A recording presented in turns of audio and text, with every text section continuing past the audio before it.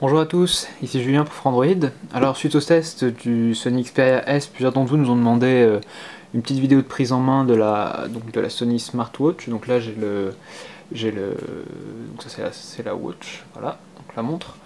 Et on a bien sûr avec un petit bracelet, vous voyez avec un socle pour la fixer. Bon, elle se fixe avec un clip, vous pouvez le voir là. De quel sens ça va? Voilà, c'est de ce côté là, donc vous avez un clip comme ça, vous pouvez l'accrocher où vous voulez, et il y a aussi un câble pour la recharger, donc c'est un câble avec un bout USB, donc vous le mettez où vous voulez, et sur le chargeur du smartphone ça va très bien. Donc c'est une montre qui se connecte en USB, n'importe quoi, en Bluetooth au téléphone, et elle prend donc tous les paramètres du téléphone, c'est-à-dire que vous n'avez rien besoin de configurer sur la montre en elle-même, c'est le téléphone qui se charge de tout. Donc vous la connectez en Bluetooth, comme vous voyez ici, on a, c'est écrit Smartwatch connecté, bon on voit pas très bien, bref, donc quand la Smartwatch est connectée, comme vous voyez, l'heure apparaît dessus. Après tout, c'est une montre, tant mieux. Qu'est-ce qu'elle fait d'autre? Elle vous renseigne sur la météo, elle prend l'information évidemment sur le téléphone, encore une fois. Elle peut gérer la musique, donc quand on fait lecture, voilà, là c'est le téléphone qui parle. Là, donc vous gérez ce que vous voulez ici au poignet. Il y a moyen de faire précédent suivant, donc quand on rentre dans l'application, c'est parce que le premier c'était un peu un widget, donc voilà. Bon, c'est assez pratique.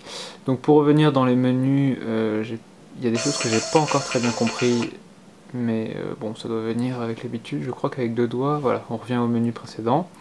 Quand on va en haut, on tombe sur le gestionnaire. Donc le gestionnaire, on a donc les événements, c'est-à-dire là ça va être votre calendrier du téléphone qui va synchroniser. Bon, il n'y en a aucun parce que j'en ai aucun là-dessus. Alors, comment on revient déjà? Ah, ça va faire pareil que la dernière fois. Voilà. Vos messages, les SMS apparaissent, la météo, les appels qui apparaissent également, lecteur musique et des petites fonctions comme là on a trouvé le téléphone, donc quand j'appuie dessus, j'appuie là, voilà, le téléphone se met à sonner, donc bon, si vous l'avez pas paumé quelque part, c'est toujours pratique pour le retrouver. Et comme c'est en Bluetooth, bah, pas besoin qu'il soit connecté à un Wi-Fi ou quoi que ce soit. Ni même qu'il y ait une carte SIM dedans, c'est pas un appel, c'est vraiment il déclenche une fonction.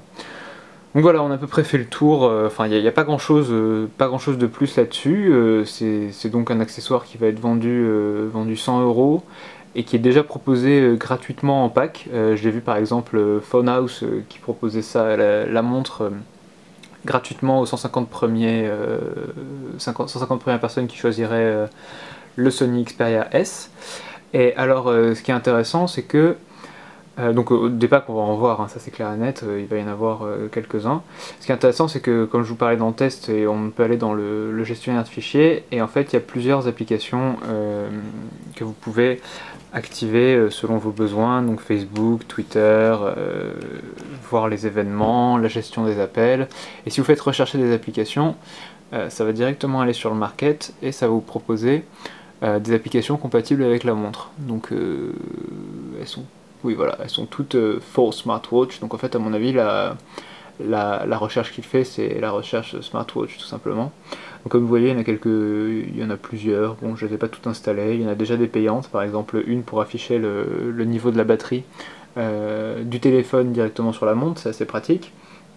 Et donc voilà, vous les installez par là, vous les activez dans le manager qui est ici, et elle s'active toute seule sur la petite montre.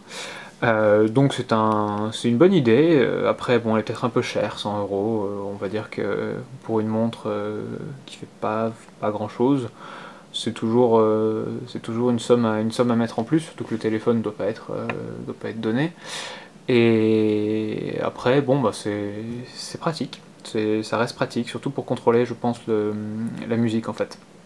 assez intéressant pour du coup pas avoir à sortir votre portable quand vous êtes dans les transports en commun et risquer de vous le faire prendre par des gens mal intentionnés.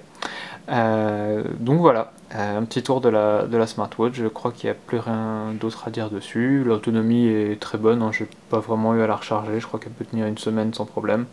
Après tout, il y a juste un tout petit écran pas très bien défini qui tourne dessus et ça reste une montre. Voilà, voilà, à bientôt.